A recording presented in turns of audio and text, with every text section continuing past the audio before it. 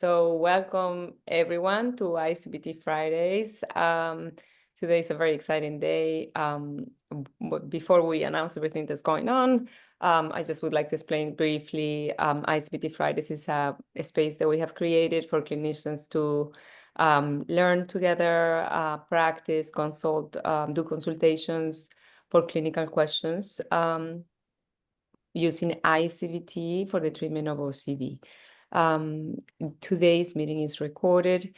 So we ask that if you ask at the end of the presentation some questions, to make sure that you refrain from sharing confidential information regarding clients, as this recording will be posted in the I-CBT website.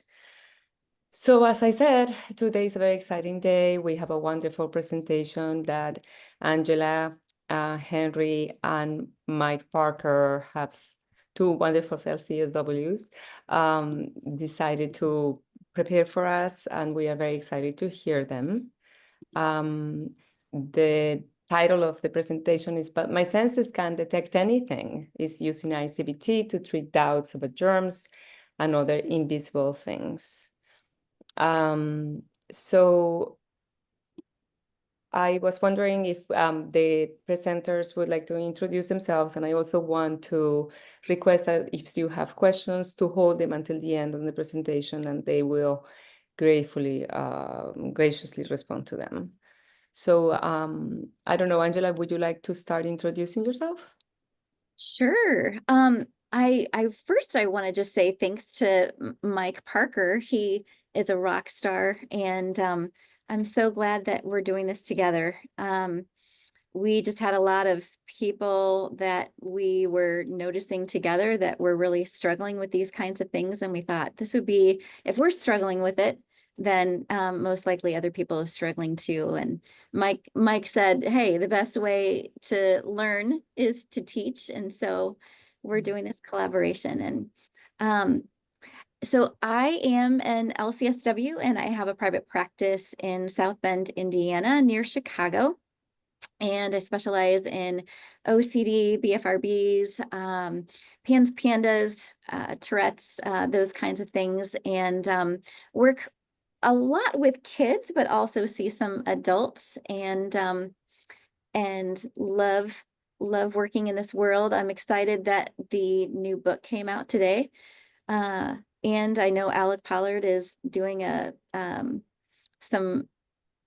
conference or a workshop today too. So I'm glad to see all the people that have joined us. And Mike, I'm going to hand it over to you. Thanks, Angie. I'm Mike Parker. I'm an LCSW as well. I'm in private practice in Pittsburgh, Pennsylvania, and I focus primarily on OCD. I do work with all ages. I tend to work more with adults and teens these days, but like working with really everybody. And also just totally taken by I-CBT, just like Angie, and we found this community on Facebook, which has been, fantastic. And, I will add, I know, Angie, I'm going to be sharing your sentiments as well, that we're just constantly learning, and we're trying to learn this stuff, and we're presenting it so that we learn it, and also share our knowledge with other people.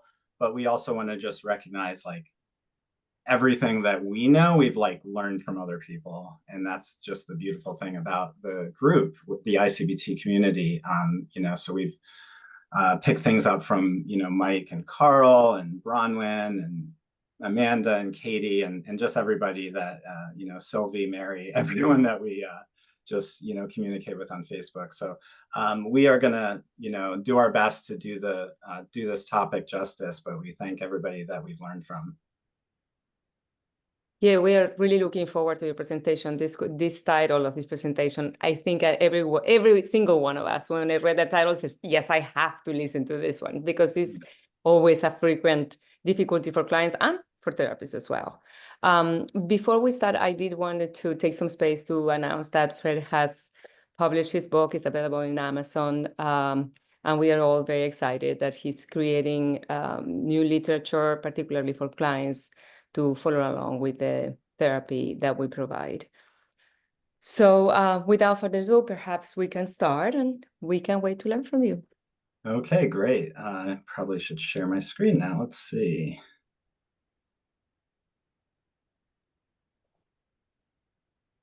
All right. So let's see, I will start us off here. So, but my senses can't detect anything. We just thought this was like a great topic to really hone in on because this particular question comes up so much. And um, one thing that we're going to be talking a lot about is like those invisible things that people worry about, those like little germs and cooties that you can't see, and all the diseases in our body that we can't see and think might be going on. We're really going to be talking a lot about that stuff. But we also want to make a point that OCD is always about something invisible because it's always about the distrust of reality. So we definitely tend to think about germs as these real invisible, these microscopic things we can't see. But, if you really think about all the, forms of OCD out there, there's some sort of invisible thing that's being manifested in the imagination.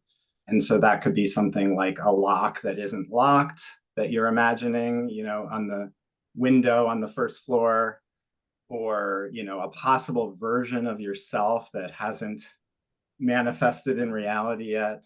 So we're always looking at how OCD is about this process of trying to make the invisible visible in some way, and that being ultimately the problem that gets people stuck. So what does it look like when we don't have information coming through our five senses or inner sense data? So this is basically important because one of the sentiments that you hear when you're going through I-CBT therapy is to trust your senses. And that's something that can be taken a little too far. And that's where, that idea of like this is the treatment where you're supposed to trust your senses can go a little bit awry when it comes to something like germs, where you're just like, well, like my senses will never be able to see the microscopic things. I don't know what you mean. And so we really want to address and basically start to look at what does it mean to trust your senses in all these different areas. It might look slightly different. And one thing we might see, well, I'll stop there for now. I'm going to be having other slides. So what kind of OCD themes are most relevant for today's topic? A lot of things that we'll be talking about are relevant for contamination, where we're worried about there's something on me and it's not visible. Health OCD, where we might be worried about like a potential disease or some kind of bacteria inside of our bodies that we can't see. We're going to be looking at disgust, where oftentimes someone's having a disgust response to feeling dirty in some way, but there's no actual, visible or sensory evidence of being dirty. Existential OCD, where we're just thinking about, could life be a simulation? Could I just actually be in a psych ward right now in a straitjacket and I'm imagining all this? And scrupulosity, where we're just talking about a greater power that you don't get to sit down and have a coffee with and ask all your questions to. You don't necessarily get that sensory information in that area as well. And so, we're going to see doubts about, what if I have Ebola? What if I have ringworm, COVID, chickenpox? What if that person's bad luck will wear off on me? All kinds of questions about, things that, some people might believe in or some people might not believe in, but oftentimes there's invisible forces, you could say, in the world that people worry about. What if my apartment has mold? What if I get radiation from something? What if those people are thinking bad things about me?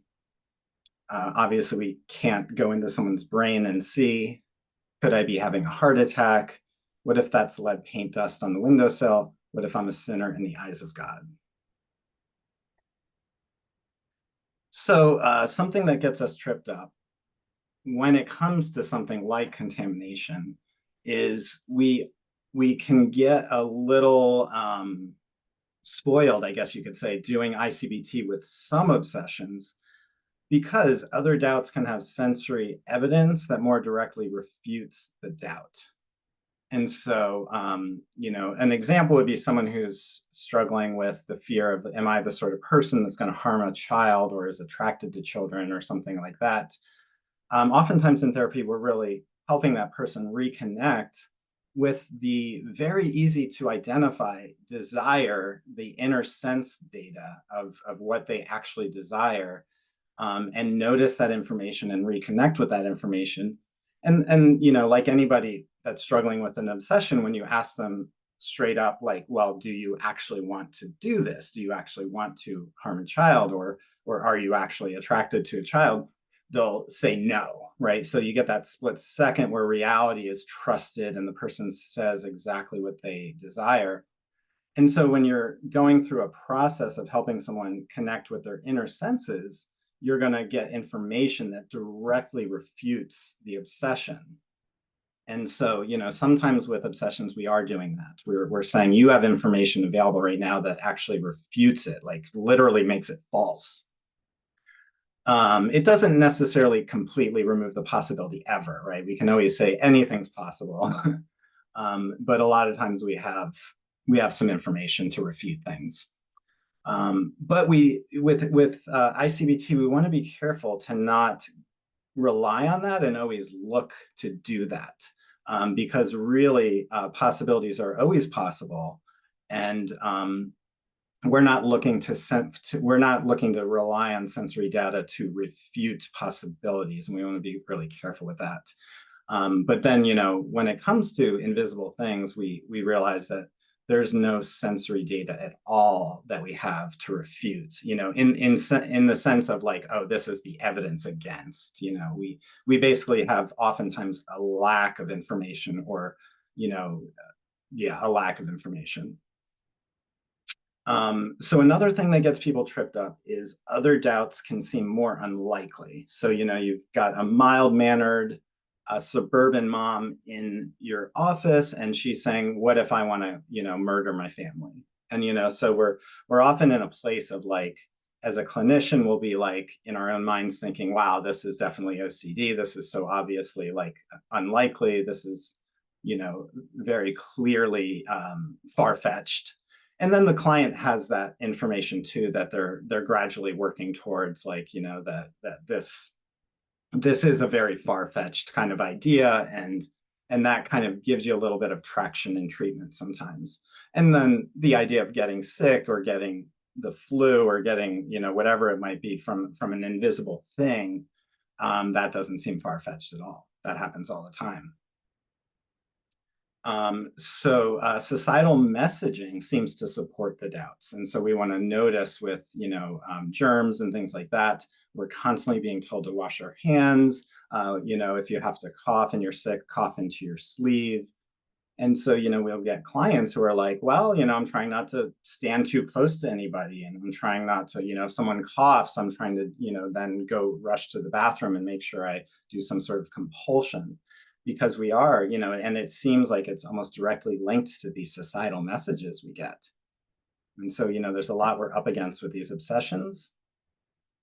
And then we don't have typical 5-sense option when it comes to reality sensing, which, is already what I've kind of talked about. We'll get a lack of sensory data, but we won't get, direct sensory information that disproves anything. So, here's the big question. What's a person to do? You know that your senses are not perfect. You know that there are things that your senses can't detect. We don't have an MRI machine in our brains. We don't have microscopic vision. You know that some of the things you can't detect are very real and sometimes scary, things like cancer, ringworm, botulism, mold, and viruses. And you know that all matter of things are possible. So, laying out reality, this is exactly what we're dealing with. Let's talk about this. This is basically how OCD is trying to hook us into a possibility, it's really locking into those areas where we have what we call sense gaps. And so OCD wants you to doubt in areas where your senses are most limited, and then make things up and place them in that sense gap. So we're looking at, bacteria, microbes, viruses, we've got a sense gap there. Internal illnesses, we've got a sense gap there. God, heaven, hell, the afterlife, we've got sense gaps there, obviously. And this is going to be the reality in life. There's going to be many dark alleyways in life. So, this young girl walking to school, there's going to be all sorts of like dark alleyways and, things you can't see around every corner, places where our senses can't perceive. But what we want to do is look at what is going on, because we are working with someone with OCD in our office, and we're working with someone who is having a sort of maladaptive response to these sense gaps. Let's figure out like what's going on and what does I-CBT have to offer in this situation.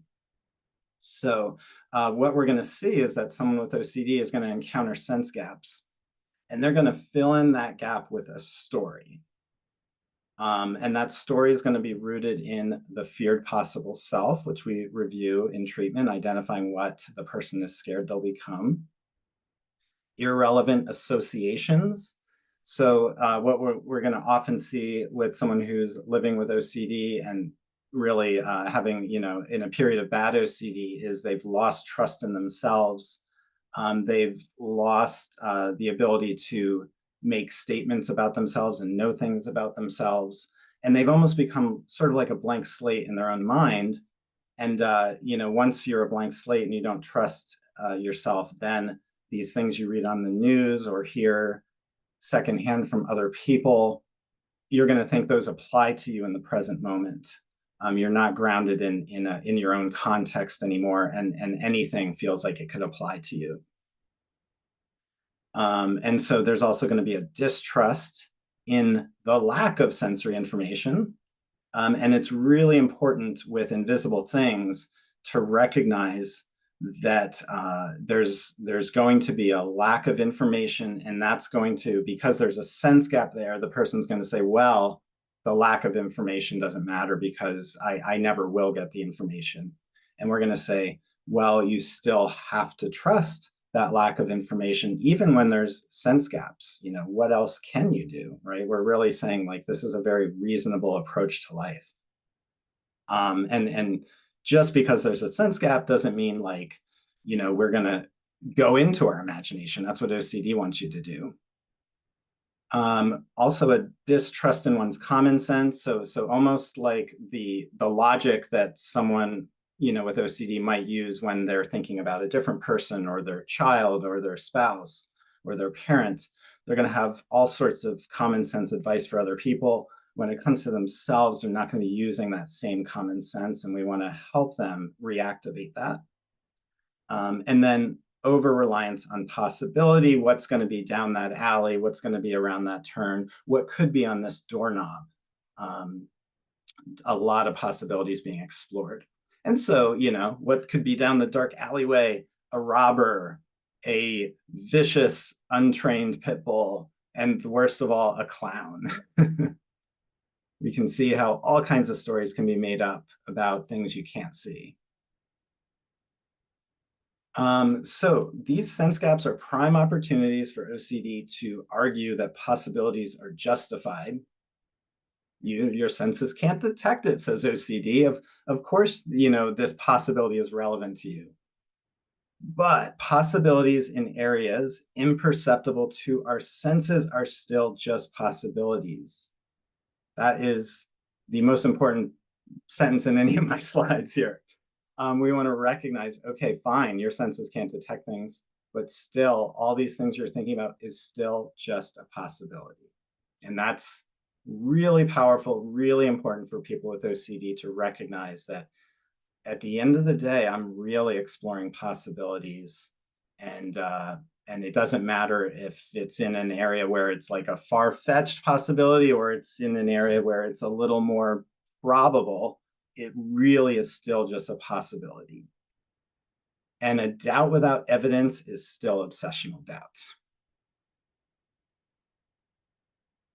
So we want to make it clear. Your client is going to talk about all the sense gaps and how this explains why they should be doubting. And we're going to say, everybody's got these sense gaps, and you've got sense gaps all over the place that you're not concerning yourself with. Sense gaps do not have to equal OCD. A possibility does not equal relevance. And so we're working towards walking right by those sense gaps, not exploring possibilities, not going into doubt. And what's left? Reality. You know, this young girl is now thinking about school. She's thinking about her cat. She's thinking about the fall weather. And so we're working towards trust and functional certainty. You accept the current evidence as sufficient. That quiet, calm, and safety with some inevitable background noise, right? We're going to have, a lack of information about, health concerns sometimes, but, we're also going to get some little like noises and creaks in the body. But, overall quiet and calm, and we got to trust that. And we're moving towards living like you're certain that you don't have cancer, that your hands aren't dirty, etc. There's so many in all of the areas where we have sense gaps. Everybody, myself, Angie, everybody in this presentation, we are surrounded by the limitations of our senses in this very moment, and all manner of things are possible. And we are making the rational choice to live with certainty that those possibilities are not actually occurring. You trust in your real self, you trust in your common sense, and only a possibility with undeniable present moment evidence leads you to doubt that certainty.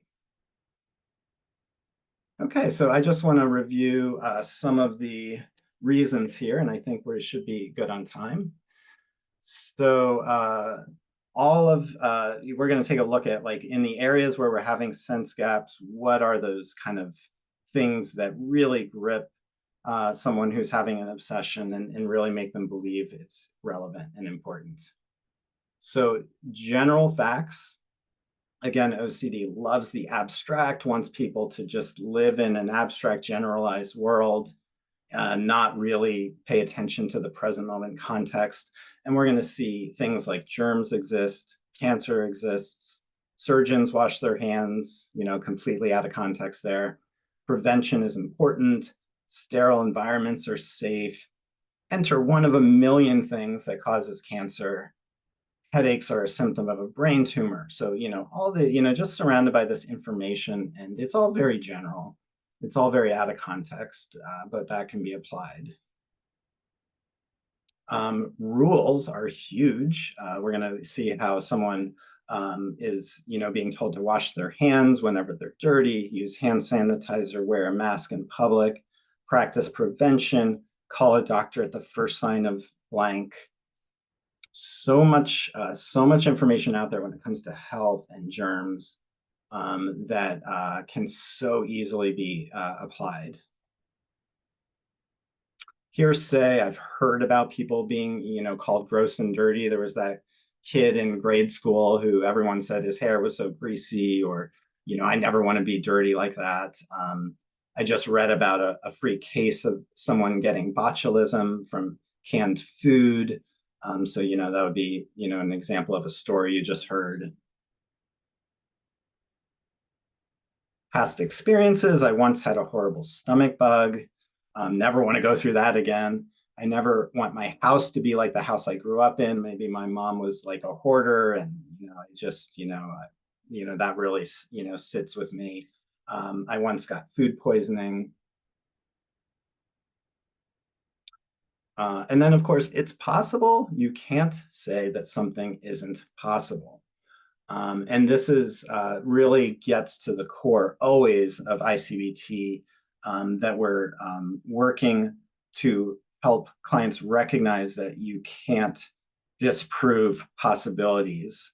Once you get absorbed in a possibility and then try to think your way out of it, is very difficult. because now suddenly OCD wants to say, okay, you know, prove me wrong, right? You've got botulism, prove me wrong. Or that can has botulism, prove me wrong. And then, you know, once you've gone into the possibility and then you're trying to disprove it, we're in trouble. And you know, I think this might be my last slide, so I'll kind of end on this note. I think that's really important for clinicians to recognize in general when doing I-CBT, that we're going to get clients coming in and they have already decided everything in their house that is contaminated and not contaminated. They're already in the bubble. They're already absorbed. And you know, the possibility has already been manifested in their mind, and they're going to try to engage us to disprove that possibility. We don't want to do that. We don't want to use I-CBT to try to prove that there's not germs somewhere. We want to say we need to go back to the beginning always and say, like, did you even need to ask, is that doorknob contaminated in the first place? That's always where we want to go. That puts the onus on OCD. OCD, if you want me to worry about something, I'm going to need evidence, rather than, oh, I have to disprove OCD. That's what we call reverse reasoning, and a huge trap for anyone starting out with I-CBT. So we want to always be careful of that.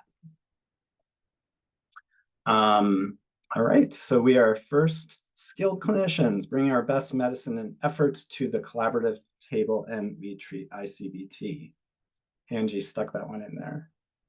And I think I might be at Angie. Angie, is this your spot? I think so. Yes. I'm going to stop sharing.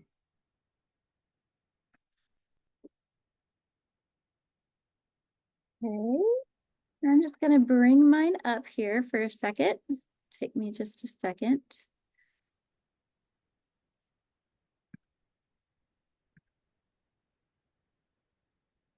Okay. So, can everybody see that? Yes. Yes. Super. All right. So yeah, we're first skilled clinicians. This came off of a topic that Carl was talking about online in the Facebook group just a little while ago. And, you know, we bring the best medicine that we have to the table, and we're just doing the best that we can. And we're clinicians first. And sometimes, you know, we happen to treat OCD that might be in front of us, but really we're using the best tools, the best insights, compassion to bring to the table first. So I did want to just kind of put that in there. So now this next part is the hard part too. Like, what do we do when we don't have information to use through our typical five senses? So first, and this is kind of a newer one for me too, instead of using the term direct evidence, we can really use the word sense information. Because when we think of sense information, our brains really automatically want to jump to our five senses. And we have to remember that we also have our common sense, our internal desires, as well as our intentions and our real selves. And all those things are giving direct evidence and information to us in real time. And direct evidence also, even that word by its very nature, it forces us to stay in the present due to the very nature of the word direct. So the goal here is really to help our clients learn the doubt is wrong, and how the doubt is wrong, and how they're coming to the conclusions in the first place. I often like to use the word conclusion confusion. So how are they becoming confused about the conclusions that they're making? And again, Mike talked about this, but we don't really want to be challenging our clients or getting into power struggles. But we do want to show them how the process of their logic and reasoning is faulty. And so we're trying to really create an environment where the client is coming to these conclusions and having these aha moments, that they don't have to believe the doubt anymore.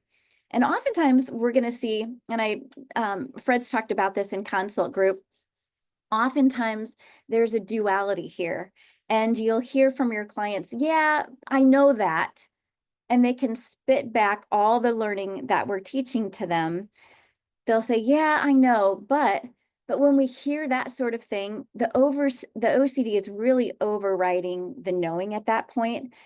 And we have to remember there's a knowing first, and then the doubting comes. And Fred would say, if a client is saying, yeah, I know, but don't believe them. There's still inferential confusion there needing to be worked out. And when we're talking about health in terms of OCD health is really knowing and not caring. And Madison Marie has a really great quote on this, and I couldn't sift through the information and find it, and I don't think she's on. But she talks to this idea of knowing and not caring. And if you are on, you can put it in the chat box, but it's a good one. So one of the things that we can do to help our clients is to bring in the idea of context. When there's no direct evidence through our 5 senses, we really have to rely on the concept of context. And OCD really tries to take things out of context or take things out of the here and now. And it tries to make that doubt reasonable in the way of a story. And that is out of context to the here and now. And Mike brought this up too. The lack of evidence isn't evidence for something. Not having evidence that you didn't, for example, kill your neighbor is not evidence that you may have killed your neighbor. So we could ask, what context would make sense for you to take that possibility that you may have killed your neighbor last night seriously? What would be needed for that to be a reasonable doubt? And uncertainty, as we know, is always going to try to pull us into the content of the OCD. And we want to show the client context and not debate the content. So how do we bring in context? We just talked about it a little bit ago with some questions, but we really want to keep them in the land of here and now. And context really helps us do that. So we can bring in context by asking questions like, what's motivating the compulsions? Where is the distrust of self coming from in this moment? We could also ask, in what context would it make sense to worry about like Ebola or COVID or whatever they have to bring to the table? In what context would it make sense to contact or contract ringworm or have mold in your apartment or contract someone else's bad mojo, for example? So we want to remember that what made sense in one context, maybe somewhere else in a different time with someone else, may not make sense right here and right now in the here and now. And that's where we want to be getting our information from, is from reality, the right here and now of things. And if the doubt is, what if I have COVID? And let's say they say the consequence might be dying. Well, during peak COVID, that might have made sense, but there were a lot of people dying from COVID at that time. That may have been a reasonable doubt at that time, but are we in peak COVID right now? So here's our cute girl. And I have to say that Mike, you did a great job with designing the Canva that we're using. It's super fun. Fits great with your personality. So I stole your little girl again with our sense gap information challenges. And she's on a walk and she's having a great time. It's fall, she's happy, she looks happy. And then she notices that she has a headache. And the headache is a trigger. And that trigger reminds her that, wow, maybe she has COVID and she's worrying that she might die. So to add in context, we might say, okay, in what context would it make sense to worry that you have COVID? Are you having any other symptoms? What are other symptoms that would make the doubt of having COVID reasonable? And remember that OCD loves to attach a narrative or a story to sensations, to images, or anything else it can find to try to justify the doubts. So staying in context really helps the client stay in the here and now. So the selectivity of the doubt is another thing that we can use to help our clients look at information when we don't have the typical 5 sense information to offer. So selectivity of the doubt goes back, we know, to the feared possible self and why we doubt some things and not other things. And OCD, as we know, is super individualized, which makes it a real son of a gun sometimes. It likes to take the arbitrary nature of things and make us think that the OCD story and all the other parts of the sequence in there is the story. But when we are not in the OCD bubble and being kept hostage by our OCD doubts, we can see that there are a lot of possibilities to almost anything that we can think of. But when we're in the OCD bubble, we're working so hard to protect ourselves, protect others, protect ourselves from the bad thing that we think might be happening or the consequences, that we are being very hyper vigilant to certain things that we really wouldn't be if we were not in the bubble. So you trust yourself in some situations, but not others. You trust yourself to get your doctorate. Fran's in his doctorate degree right now. He trusts himself to get all the projects done, to do all the reading, the homework, the tests, his project that he's working so hard on right now. But if you're in the OCD bubble, you don't trust yourself and you question what you do know. And again, there's a knowing first, and then the doubting comes. So again, you trust yourself to get up, wash your face, take care of your body, and get to work. But if you're in the bubble, you don't trust yourself. And you somehow wonder, did I run over someone? Did I put myself somehow in harm's way and get Ebola? Or did I do something unforgivable and now I'm going to hell?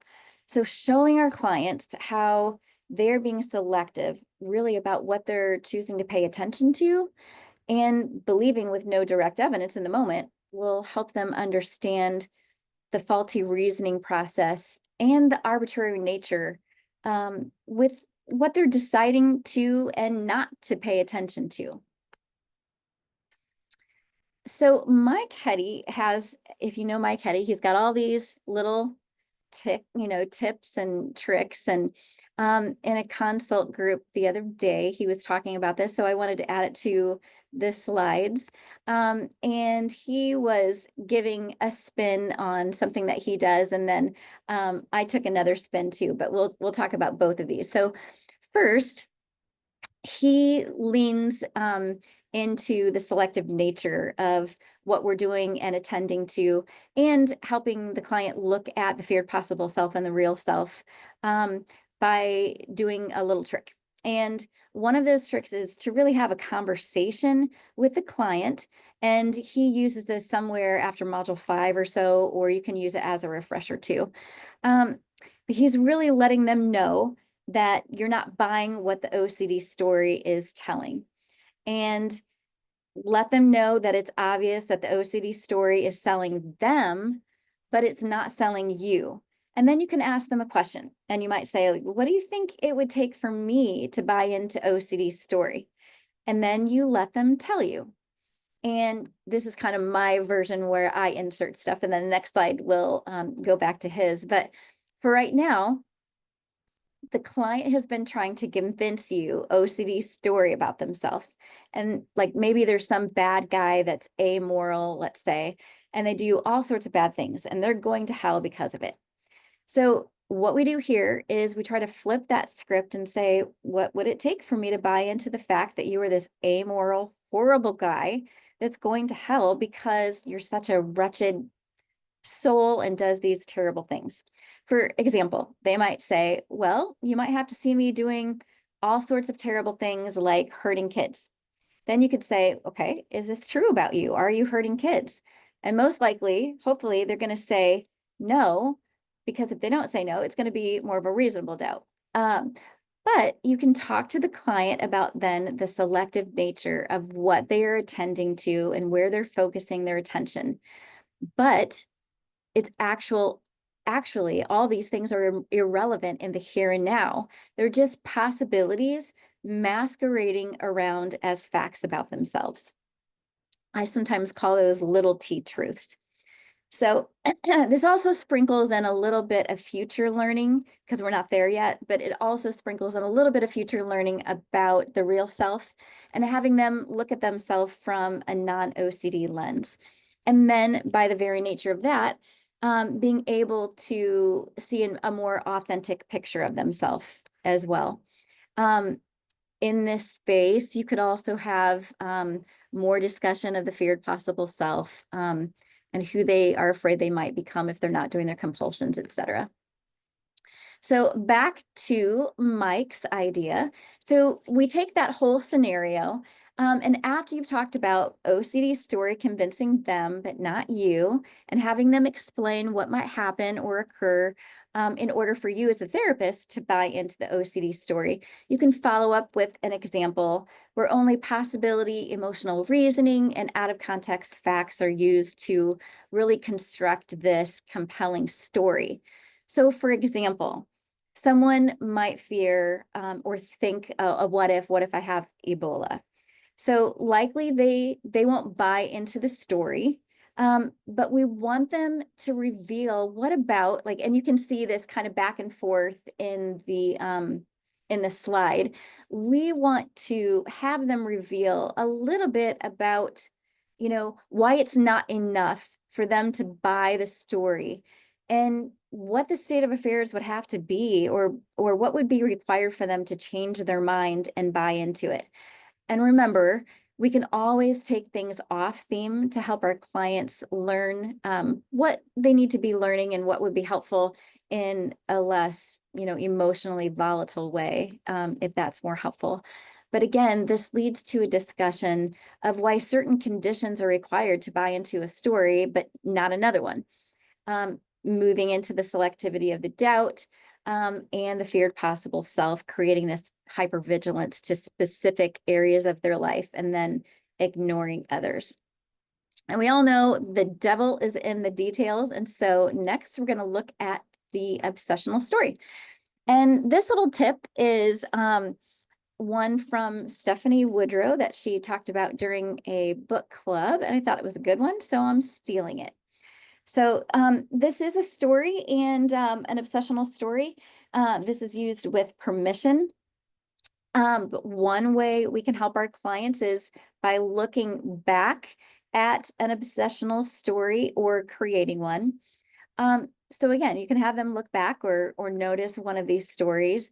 And sometimes, at least Stephanie uses this after the alternative story or after the tricks and cheats of OCD. So what we do is line by line, we have our client cross out a few things. One, anything that doesn't involve the here and now, or is a trick or cheat of the OCD, meaning an over-reliance on possibility, an irrelevant association, or a dismissal of actual evidence. And then we also have them cross out compulsions.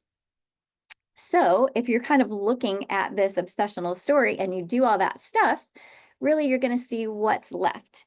And what's left is the here and now. And typically then that's just the trigger. So this is what, after you do all that, this is what it might look like. So another piece that we can do, I want to check my time. Another piece that we can do is have them look at the alternative story. And so we already talked about the selectivity of the doubt and where we're going to attend to, where we're going to place our focus. But the alternative story is another tool that we can help have our clients decide, again, what they're going to focus or pay attention to. So we can have our clients practice the alternative story at any time once they've learned it. But we have to remember, and this is information from Fred during consults, and we want to remember that the goal of the alternative story isn't for our clients to go from one story to another, but it's really to help them understand that there are so many stories in the first place, and that they are or have been really attending to one of the gazillion stories that could be possible. And this also goes back to the selectivity of the doubt and the arbitrary nature of it. But I like how Fred talks about the alternative story being like a painting. And this is a quote from him. He says, "Are you going to try to believe the painting, or are you just going to immerse yourself in it? The alternative story is really like a painting. You can immerse yourself in the story and notice that it's another story. You don't have to compare it to another story, and you don't have to compare your OCD stories to other stories all the time either. So we know that there are multiple stories in everything. It's about what we're going to focus on and attend to." And then we have blending. And now, this is a fun one because OCD is so stinking sneaky. And it's a wizard of needling its way into something without the OCD sufferer even knowing it. And then it goes into a room and wreaks havoc, right? And turns things upside down. It's kind of like the ultimate gaslighter. And blending happens when two completely separate things really seem like one thing, and then these two things feel like they're inseparable, like one sustains the other and feels like they can't be undone. So examples might be like, I'm a really responsible person, so I have to make sure that I don't get ringworm because then I would be spreading it. And then I have to do X, Y, and Z, work out at my home gym, whatever it might be. Or I'm a doctor and people depend on me. So I have to have everything sterile and clean in my environment so that I remain healthy. Or I'm a good parent. So I'm tearing out all the walls in my house down to the lathe to make sure that there are no possible toxins that could make my kids sick ever.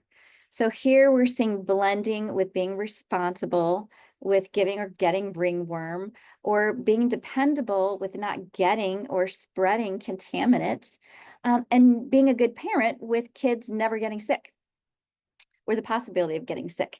So whether or not I get ringworm says nothing about me as a person. It says nothing about me being responsible or attentive. Whether I come into contact with germs says nothing about me being dependable. My kids getting sick, which happens all the time, says nothing about my parenting. So we really need to help our clients disconnect these two separate things.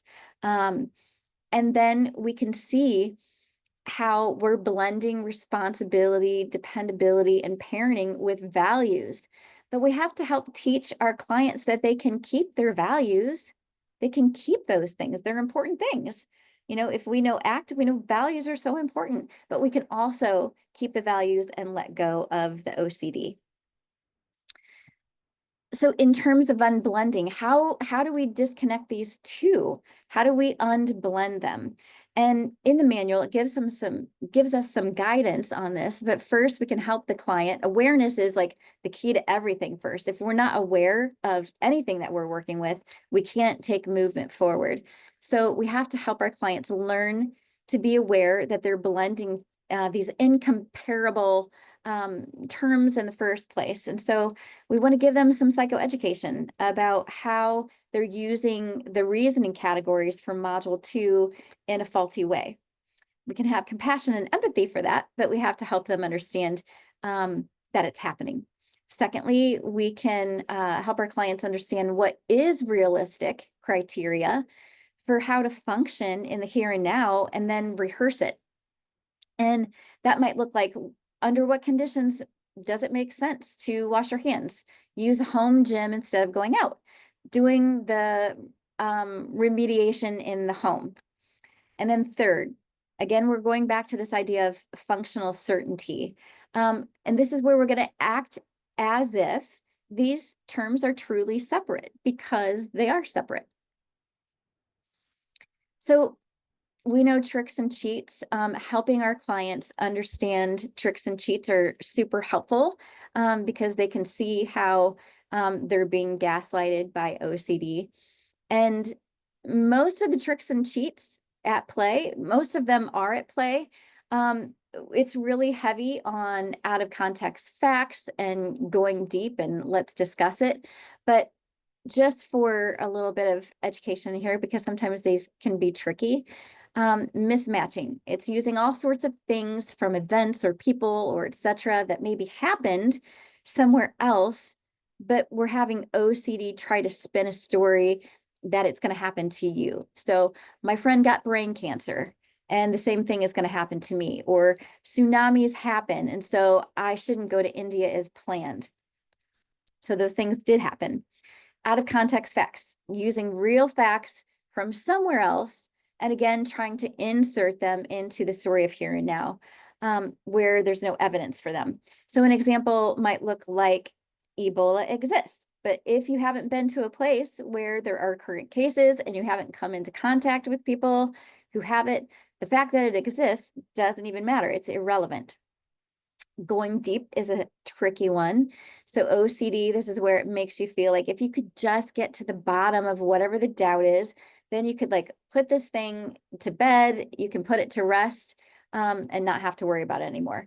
Example might be like you think if you just learn about radiation, you learn where it comes from, how it's transmitted, an amount that's safe, all the items that emit radiation, then you can finally let it go.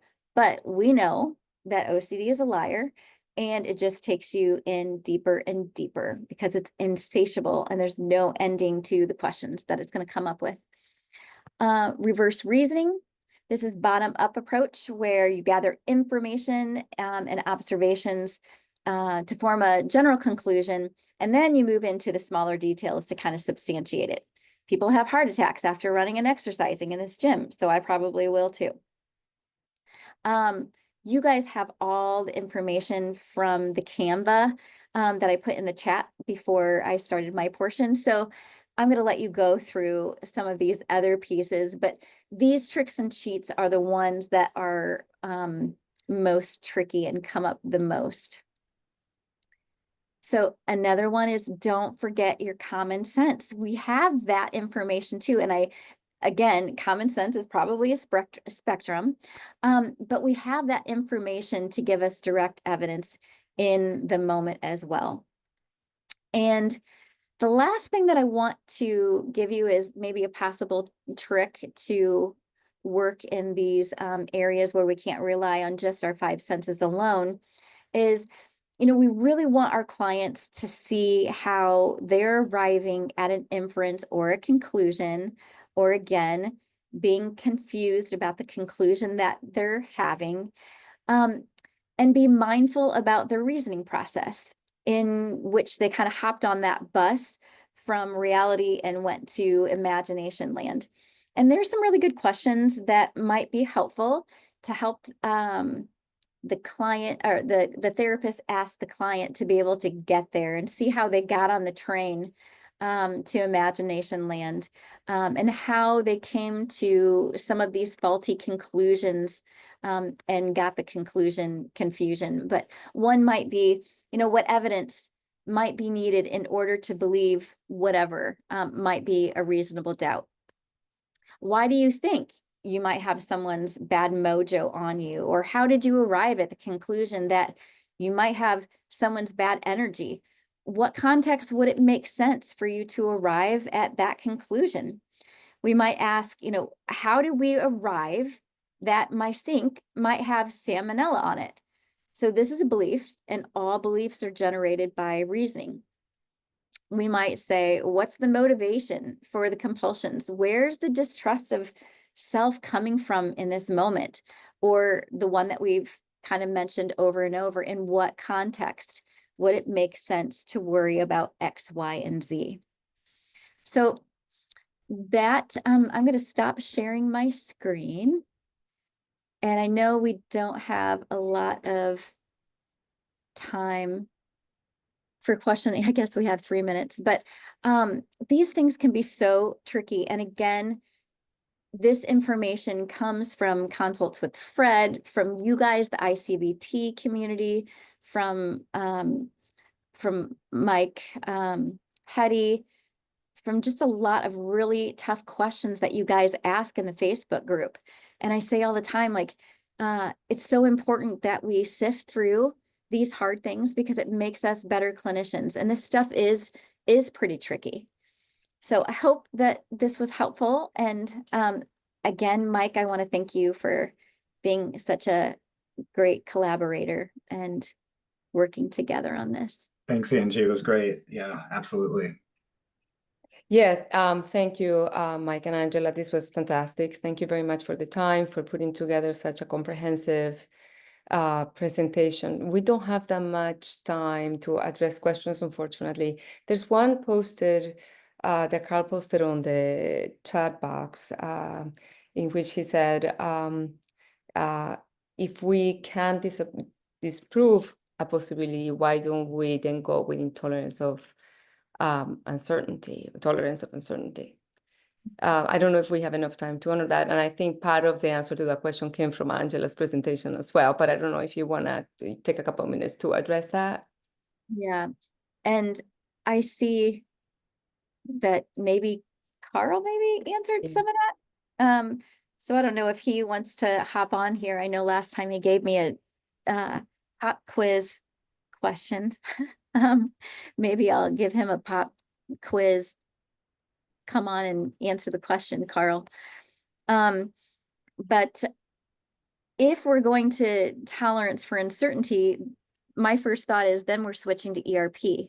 And we don't want to combine those two modalities. Even though they're both great modalities, it's very confusing to our clients when we're moving in between modalities because they have incredibly different mechanisms of change. So we want to continue with the work that we're doing in I-CBT. That's my first kind of thought about that. I think also, helping clients with their common sense recognize that they don't actually explore possibilities in other areas, and that I think the term makes sense is really important, right? That's ultimately what we're doing is we're helping clients do what makes sense to them, and ultimately you come to the conclusion that it doesn't make sense to actually explore possibilities that are always going to be just possible and don't have any evidence. That's a lot of effort putting into something that has not manifested in reality. And, so I think there's I don't think you need to tolerate uncertainty when you recognize a possibility is irrelevant through doing the treatment. Absolutely. That's what, if you weren't going to say that, that's what I was thinking too, Mike, Mm-hmm. that, if we can help them look at the selectivity of the doubt and then we can help them resolve it, then we don't have to tolerate the uncertainty. It's fallen. It's a house of cards that's fallen down. Yeah, the selectivity of the doubt and the trust in the authentic self is what the key answer is. So unfortunately, it's 2 p.m. and we have to get going at the moment. I mean, people have other commitments and we want to respect their time. But if anybody has any questions, please post them on the Facebook blog and we will make the best attempt to respond to them. And I want to thank again Mike and Angela for sharing their expertise with us and everyone for attending. It was a great meeting. Thank you. Thanks, everyone.